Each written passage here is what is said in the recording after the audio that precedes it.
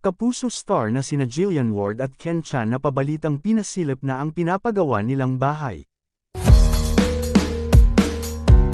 Masayang-masaya ngayon ang mga supporters at mga fans ng Kapuso star na sina Jillian Ward at Ken Chan nang napabalitang engaged na ang mga ito sa isa't isa.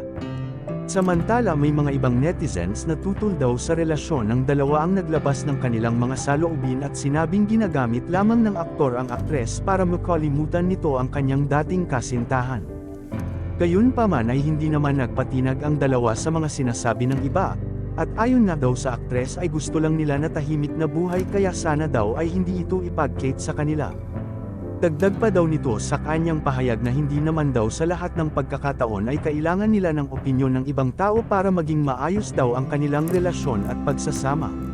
Sa kabilangan nito ay ipinakita daw ng dalawa na tunay ang kanilang pagmamahalan sa katunayan nga raw ay nagpapagawa na ang mga ito ng bahay para sa kanilang bubuuing pamilya na labis na ikinatuwa ng lahat ng nagmamahal sa kanilang dalawa.